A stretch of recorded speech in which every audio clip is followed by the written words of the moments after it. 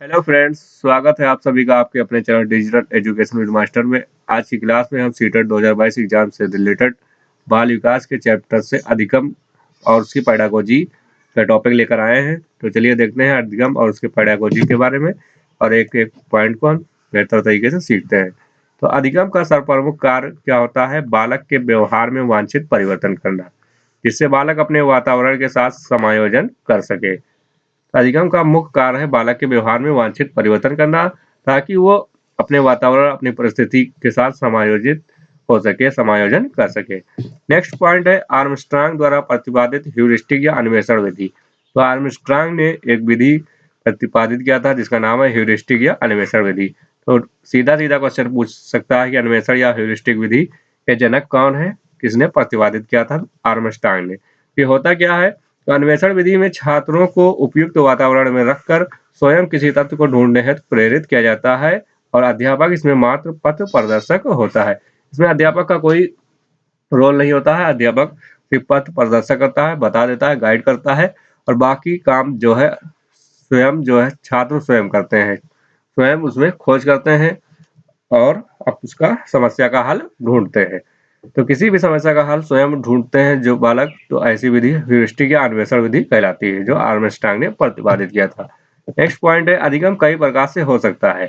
अधिगम कई प्रकार से हो सकता है: स्वानुभव से, स्वचिंतन, स्वक्रिया से, निर्देशन और परामर्श से। तो परामर्श से अधिगम हो सकता है, निर्देशन से भी होता है। स्वानुभव खुद अनुभव करते हैं, स्वयं चिंता करते हैं, कल्पना करते हैं, स्व क्रिया करते हैं, खुद अपनी क्रिया करते हैं, क्रिया करके सीखते हैं। इस तरीके से अधिगम होता है। अगला पॉइंट है एक शिक्षक अपनी प्राथमिक कक्षा में विषय वस्तु को विद्यार्थियों के जीवन के साथ संबंधित करके अधिगम को प्रभावी बनाता है।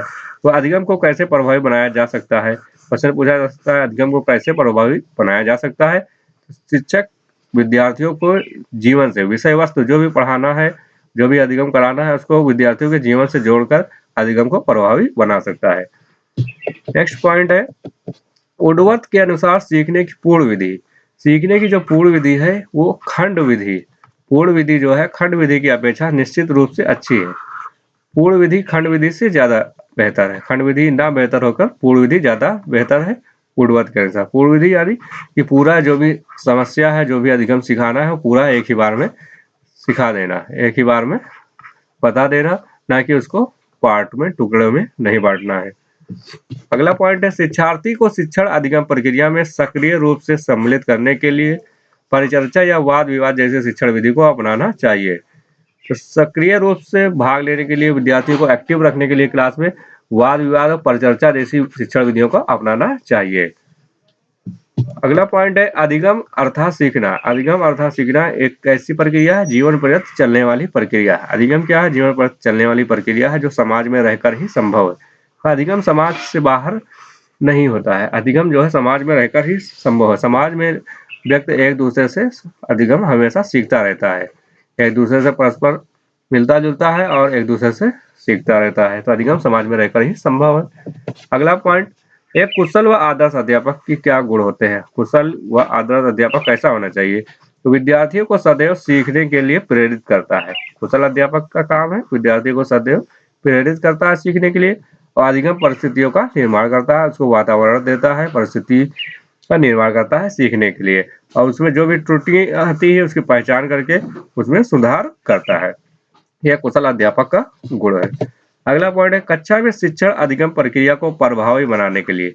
कक्षा में शिक्षण अधिगम प्रक्रिया को प्रभावी बनाने हेतु तो शिक्षक को बालकों की स्वायत्तता को बढ़ावा व सहायता देना चाहिए। स्वायत्तता यानी उनको स्वतंत्र रखना चाहिए, उनको जो भी उनकी मर्जी है, जो भी वो पसंद करते हैं, उनके पसंद के मुताबिक कार्य करना चाहिए, ना कि उन पर कोई चीज अधिकार नहीं करना चाहिए, अपना अधिकार थोपना नहीं चाहिए। नेक्स्ट पॉइंट है अधिगमकर्ता का स्वनियमन का अर्थ है अपने सीखने का स्वयं अन्वेषण करने की योग्यता को विकसित करना। तो स्वनियमन का अर्थ है कि जो भी विद्यार्थी सीखते हैं, जो भी अधिगम करते हैं, उसका परीक्षण खुद कर ले कि हमने इसको पूरी तरीके से सीखा कि नहीं, समस्या का हल हुआ या नहीं, उसका परीक्षण करना स्वनियमन कहलाता है। कक्षा में प्रभावशाली अधिगम है तो शिक्षक को विद्यार्थी के समक्ष उपदेशात्मक विधि सूचना प्रदान करने के बजाय सहयोगात्मक रवैया अपनाना चाहिए। उपदेशात्मक विधि को नहीं अपनाना चाहिए। उपदेशात्मक विधि से क्या होता है कि कक्षा में बच्चे निष्क्रिय हो जाते हैं। निष्क्रिय रूप से सिर्फ उनका अध्यापक का उपदेश सुनेंगे और कोई क्रियाकलाप नहीं करेंगे, तो वो अधिगम प्रभावी नहीं होता है। सहयोगात्मक रवैया अपनाना चाहिए उपदेशात्मक विधि की बजाय। अगला पॉइंट है, एक बालक एक शांत कमरे में अकेले पढ़ना चाहता है, जबकि दूसरा समूह में अपने मित्रों के साथ पसंद करता है। दोनों बालकों की अधिगम शैली में विभिन्नता है। ये क्यों होता है कि एक अकेला पसंद करता है, दूसरा समूह में पसंद करता है? ये बालकों की अधिगम शैली, सभी बालकों में अधिगम शैली अलग अलग होती है। उनकी अधिगम शैली में विभिन्नता के कारण वो ऐसा करते हैं। अगला पॉइंट है, शैक्षिक भ्रमण का प्रमुख उद्देश्य छात्र को विशेष परिस्थितियों का अनुभव कराना है, क्योंकि शैक्षिक भ्रमण से प्राप्त ज्ञान अस्थायी होता है। शैक्षिक भ्रमण का उद्देश्य क्या है कि विशेष परिस्थिति का अनुभव कराना।